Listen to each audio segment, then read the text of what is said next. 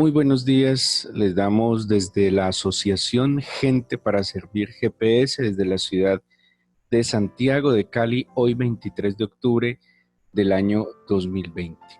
Les invitamos para que continúen con la lectura de la Biblia en un año y hoy nos corresponde iniciar la primera epístola de Pablo a los Tesalonicenses capítulo 1, primera de Tesalonicenses capítulo 1, el libro de Isaías capítulos 11, 12 y 13 y Salmos 113. Salmos 113, Isaías 11, 12 y 13 y primera de Tesalonicenses capítulo 1.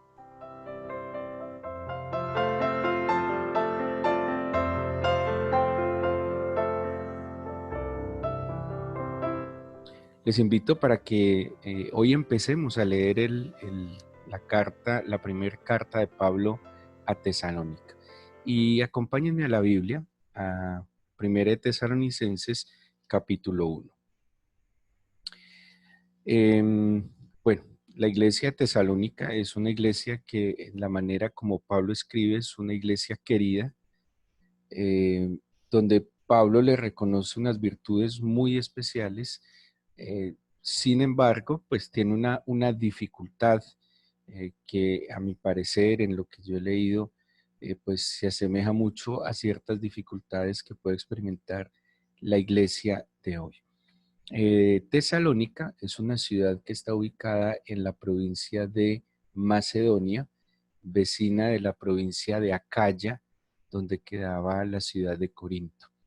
Macedonia es la entrada que tuvo el Evangelio a Europa. Si ustedes recuerdan, en Hechos capítulo 16, Pablo tenía un plan, tenía un derrotero, tenía una ruta y tuvo una visión y dice que se le apareció en sueños un varón macedonio que le dijo: pasa a Macedonia y ayúdanos.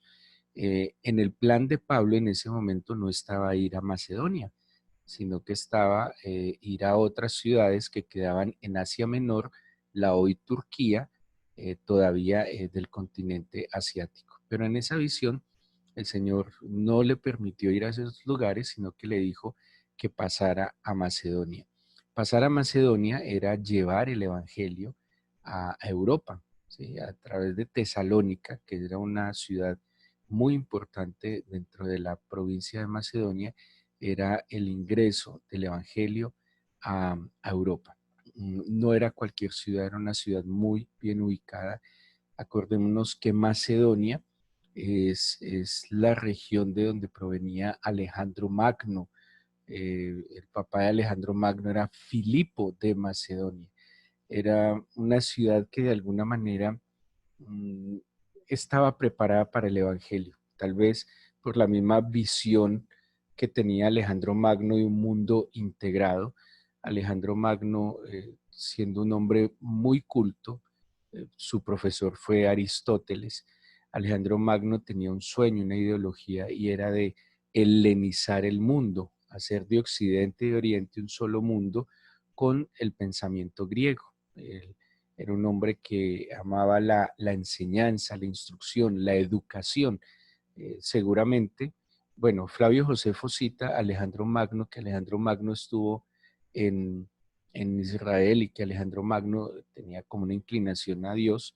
Pues no es un registro que se pueda corroborar con otro dato, pero sin duda alguna, la obra que hizo Alejandro Magno sí le sirvió como base, o fue más bien una excusa también que el Señor se sirvió para la extensión del Evangelio. El Evangelio, el crecimiento exponencial que tuvo el Evangelio en las primeras décadas, se le debe a dos situaciones que generaron el Imperio Romano y el Imperio Griego. El Imperio Griego aportó el idioma y el Imperio Romano aportó las vías de comunicación. Algo, pues de ahí el dicho que se dice: todos los caminos llevan a Roma, porque el Imperio Romano estableció vías y caminos que comunicaban a Roma con todo el mundo que ellos habían conquistado. Esos medios de comunicación es como hoy el Internet, ¿sí? Algo así.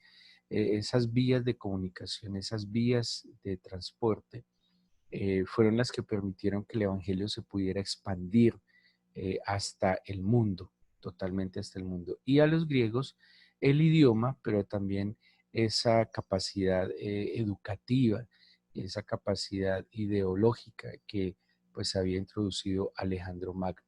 Así que no empieza el Evangelio en Europa en cualquier ciudad, no empieza en cualquier región, empieza en una región que tenía la idea de un mundo unido por una ideología y se va a encontrar con una ideología que va a llegar muy bien, que va a ser muy bien recibida por la iglesia tesalónica, que va a ser una iglesia que Pablo le reconoce unas características muy singulares, que van a sufrir dificultades como todas las iglesias. Por ejemplo, ellos tenían mucha inquietud respecto a la segunda venida del Señor, tenían mucha inquietud respecto a la vida eterna. Sobre todo esos dos asuntos les preocupaba mucho y eso generó miedo, ansiedad. Incluso algunos dejaron de trabajar y se dedicaron a pensar en la segunda venida del Señor, dejaron de cumplir sus deberes y se dedicaron como a esperar a que Jesús volviera. Y por eso Pablo en sus dos cartas tiene que dar instrucciones muy claras acerca de la segunda venida del Señor y cuál sería nuestro papel mientras Jesús viene. Así que nos encontramos con dos cartas que fueron escritas a propósito con una diferencia se calcula de 3 a 6 meses. Se escribe primero de Tesalonicenses y que seguramente la segunda carta se escribió en no más de 6 meses de diferencia. Dos cartas que nos van a edificar mucho, dos cartas que nos van a estimular muchísimo a la fe y que nos va a permitir entender un papel. Aquí vemos un papel muy importante de la iglesia en el cumplimiento de la salvación de Dios para la humanidad, porque era un cristianismo activo, ¿sí? No era un cristianismo pasivo, tampoco era un cristianismo activista, porque hay como dos extremos muy nocivos en el caminar con el Señor. Un cristianismo muy pasivo donde simplemente se ponen las manos para ver qué nos da Dios y recibir de Dios, pero no hay ninguna acción que retribuya ese favor de Dios.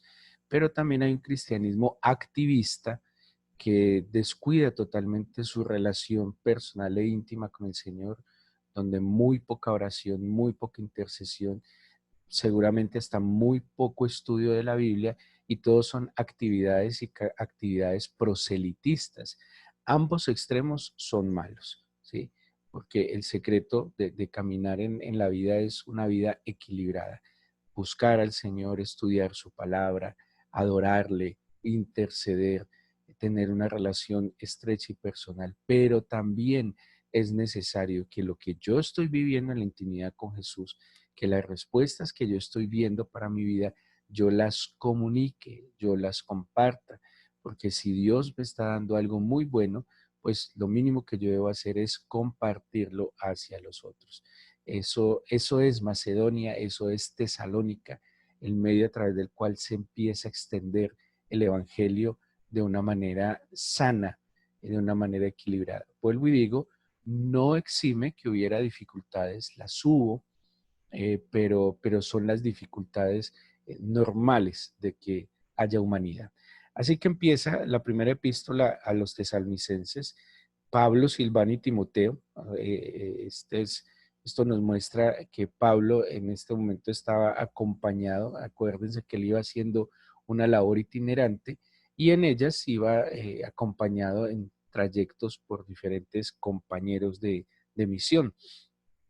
Dice en, a los tesalonicenses, en Dios Padre y en el Señor Jesucristo, gracia y paz sean a vosotros, de Dios nuestro Padre y del Señor Jesucristo. Pablo va a empezar reconociéndole las virtudes a los tesalonicenses. Luego va a venir una exhortación, pero primero le reconoce sus virtudes. Y yo quiero eh, ilustrarles, o más bien transmitirles lo que yo identifico acá como una iglesia eh, que agrada al Señor. ¿Qué características tenían estos creyentes que reconocía Pablo en ellos? Versículo 2 dice, damos siempre gracias a Dios por todos vosotros, haciendo memoria de vosotros en nuestras oraciones. Entonces, ¿qué le movían los tesalonicenses a Pablo? Acción de gracias al Señor.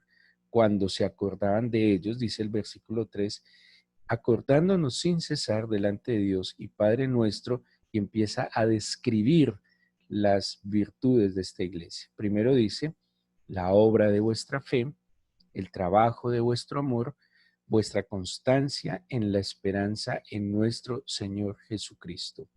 Porque conocemos, hermanos amados, de Dios vuestra elección.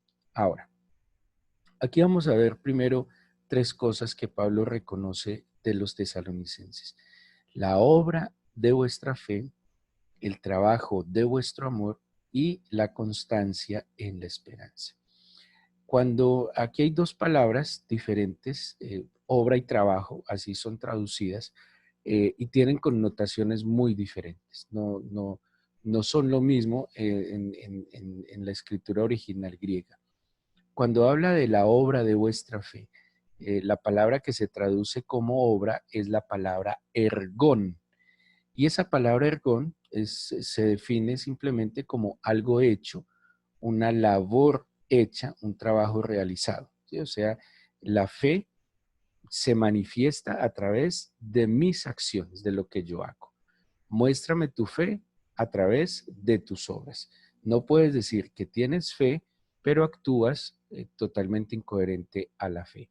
El que tiene fe no la profesa, el que tiene fe la actúa, la vive. No estoy hablando de actuación como fingirla, no, la vive, la manifiesta. O sea, si yo creo a Dios y creo en su palabra, pues yo lo que voy a hacer es conducirme conforme a su palabra. Entonces, el trabajo de la fe implica las obras hechas basado en la fe.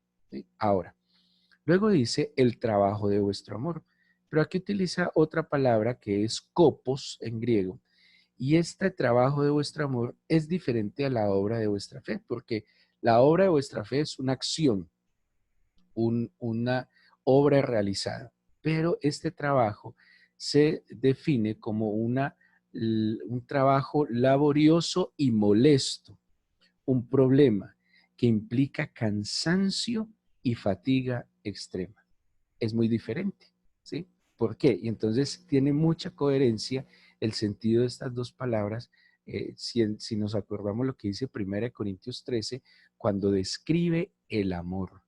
Y cuando describe el amor, habla de que el amor es sufrido, de que el amor todo lo soporta, de que el amor todo lo sufre. Además de que el amor es sufrido, también dice 1 Corintios, el amor todo lo sufre, todo lo soporta. Porque la obra del amor es una obra ilimitada, ¿sí?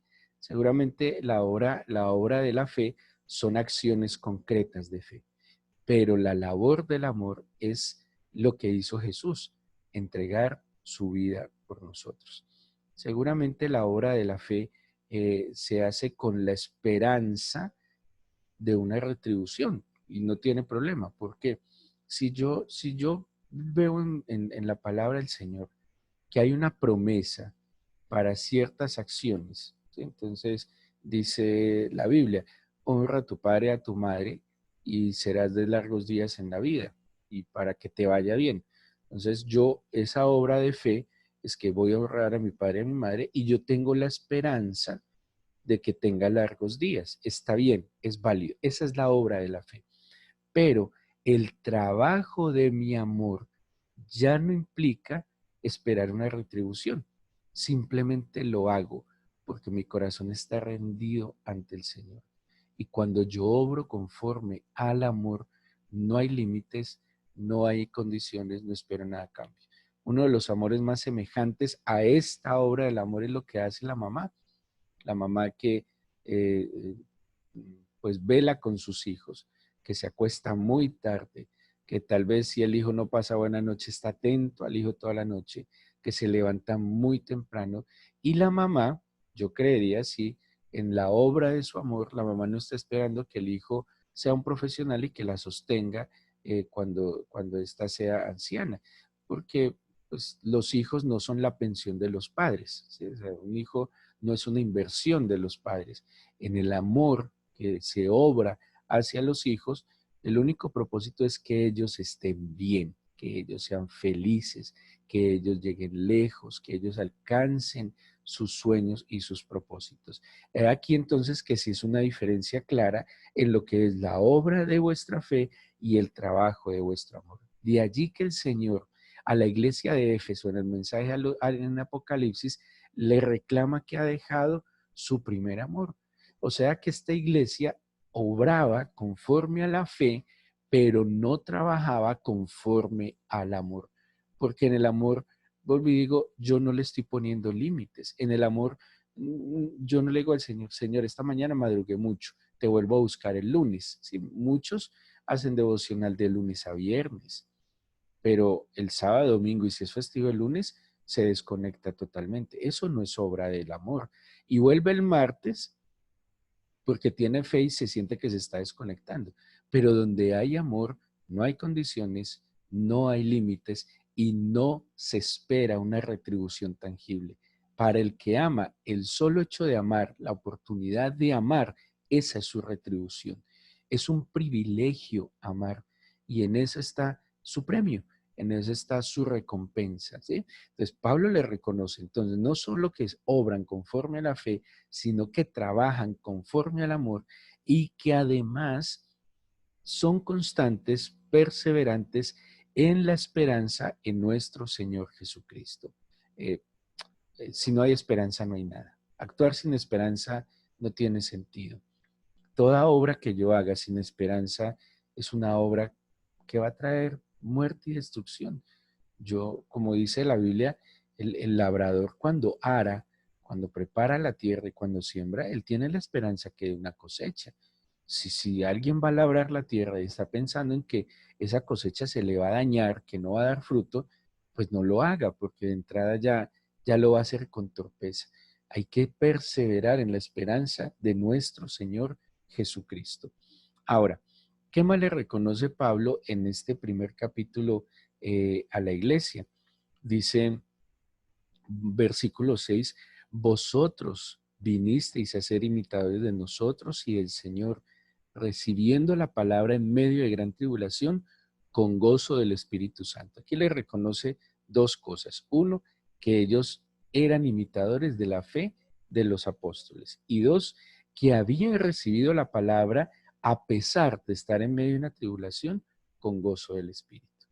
Cuando viene la palabra del Señor, hay dos reacciones que son normales y comunes en el oyente. O el anuncio del Evangelio y la enseñanza de la Biblia genera arrepentimiento, o sea, genera que la mente gire, que la mente cambie, que se cambie de postura, o la enseñanza de la palabra de Dios genera resentimiento. ¿Sí? Entonces, cuando usted recibe un mensaje ungido, un mensaje que viene de parte del Señor, si usted le genera, por ejemplo, un mensaje basado en la Biblia, le genera gracia, le genera que usted diga tan chistoso, tan chévere, tan, tan bonito. No le debe generar cosas como bonito, chévere, chistoso. O le genera que su mente cambie frente a la instrucción, la enseñanza que se está dando, o que si con su corazón está endurecido y sus ojos y sus oídos se han taponado, le va a generar resentimiento. Eso está en Hechos de los Apóstoles. Todo mensaje ungido al público generaba o que las personas se arrepintieran y se convirtieran de sus malos caminos, o que las personas se resintieran y quisieran matar a los apóstoles. ¿Sí? Entonces, ¿qué le reconoce Pablo a ellos? Bueno, ustedes atendieron el mensaje de la palabra del Señor, lo atendieron a pesar de la tribulación y con gozo, ¿sí? Con gozo. O sea que sus mentes sí dieron un giro. ¿Qué más le reconoce? Dice, de tal manera que habéis sido ejemplo a todos los de Macedonia y Acaya que han creído. Ojo con el 8, porque partiendo de vosotros ha sido divulgada la palabra, no solo en Macedonia y Acaya, sino que también en todo lugar vuestra fe en Dios se ha extendido de modo que nosotros no tenemos necesidad de hablar nada. Macedonia y Tesalónica específicamente quedaba en medio de la vía que comunicaba Oriente y Occidente. O sea, era un lugar estratégico para la extensión del Evangelio en Europa. ¿Y qué les está reconociendo Pablo, además de lo que les estoy describiendo? Dice que han sido ejemplos, o ustedes han sido de buen testimonio, y a través de su buen testimonio, la palabra del Señor ha sido divulgada. Ojo que aquí no nos podemos quedar cortos en nuestra fe. Si mi fe solo me basta como para que yo esté bien, está a la mitad del camino, porque mi fe tiene que influenciar y tiene que mover, que motivar, que desafiar, que inspirar a otros. Si mi fe solo me basta para mí mismo, para salir de mis problemas, para no estar en depresión ni en ansiedad, pues está a la mitad del camino y yo debo procurar cada día al perseverar en la esperanza, al trabajar en amor y al obrar en fe, que mi estilo de vida, que mi calidad de vida inspire a otros para que se acerquen al Señor. Y es lo que dice aquí el apóstol Pablo, evangelizaron. Evangelizaron partiendo de su excelente testimonio. Dice el versículo 9, porque ellos mismos cuentan de nosotros la manera en que nos recibisteis y cómo os convertisteis de los ídolos a Dios para servir al Dios vivo y verdadero. Aquí, ¿qué más le reconoce?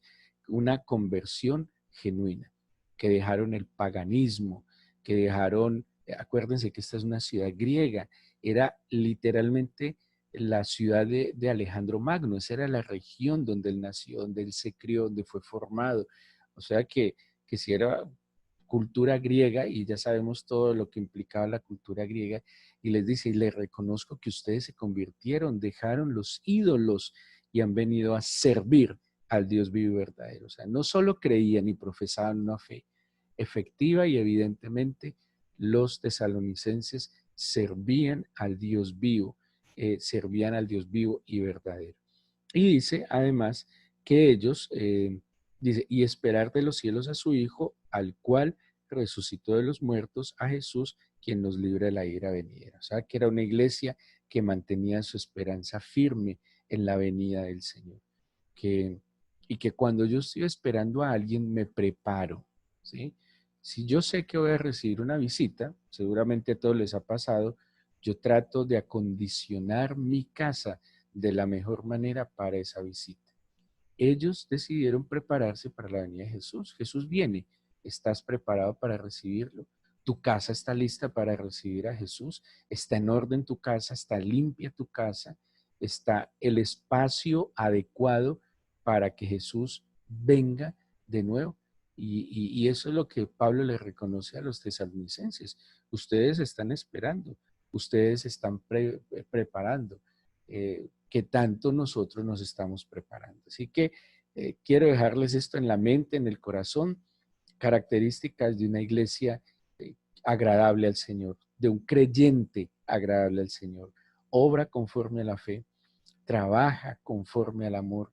Ya sabemos que es un trabajo que genera fatiga y cansancio, laborioso, es constante en la esperanza, mantiene el gozo, recibe la palabra del Señor con gozo a pesar de la tribulación, pero también se convierte en un ejemplo para otros, se convierte en un referente para otros, evangeliza, da a conocer su fe, no se la guarda para él solo, y también se convierte de los ídolos, se convierte de los malos caminos para servir al Señor y se prepara para su venida.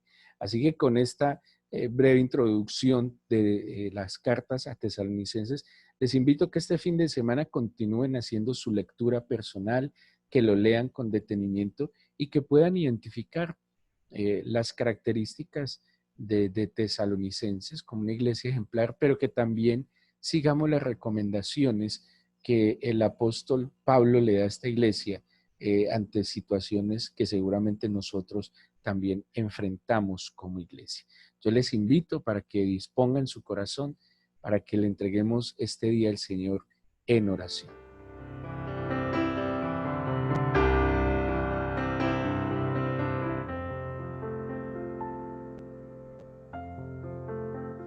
Te presento mi corazón, Señor, y te pido que conforme hemos leído hoy, que, que así como Pablo reconocía, Señor, en la iglesia de Tesalónica, estas virtudes y características, que yo pueda actuar conforme a la fe y que la fe mía se manifieste a través de la obediencia a tus principios, a todos.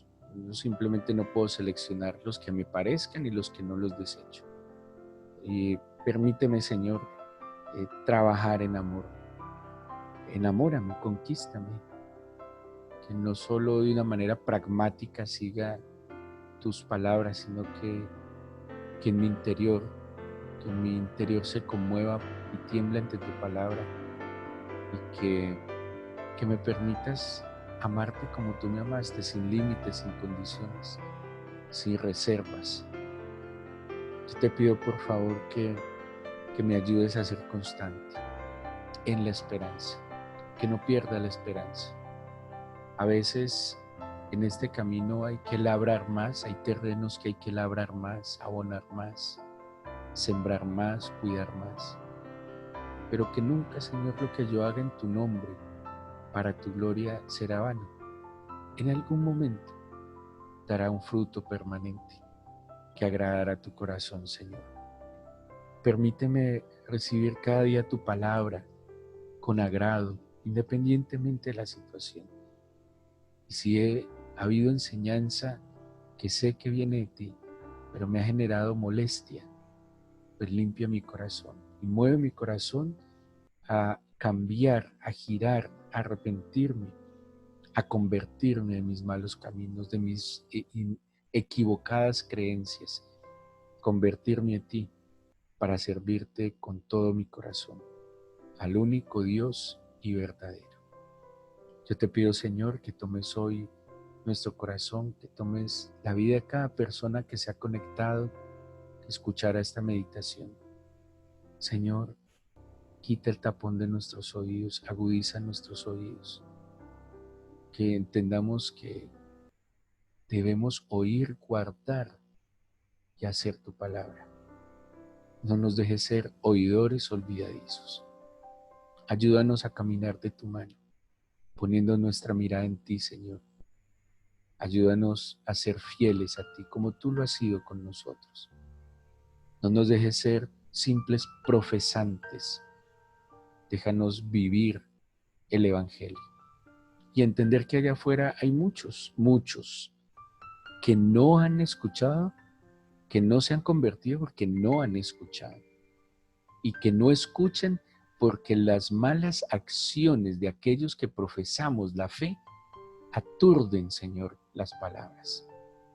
Permítenos ser de un testimonio consecuente, consistente y permanente, Señor. Ayúdanos a ser de verdad luces en el mundo, referentes para otros. Por favor, Señor, por favor. Tú fuiste luz para mí. Tú fuiste esperanza para mí. Y esto tan maravilloso que llegó a mi vida, ¿cómo no lo voy a compartir? ¿Cómo lo voy a ocultar?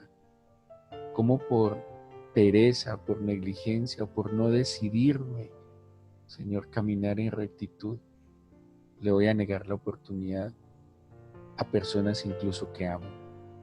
Por eso, límpiame con tu palabra para que lleve más fruto y que ese fruto sea agradable a ti. Te pido que extiendas tu mano de sanidad, de libertad, de esperanza a cada persona que hoy nos acompaña. La gloria, el honor, toda la honra, Señor, son tuyas. De nosotros tu bendita bendición. En el nombre de Jesús. Amén.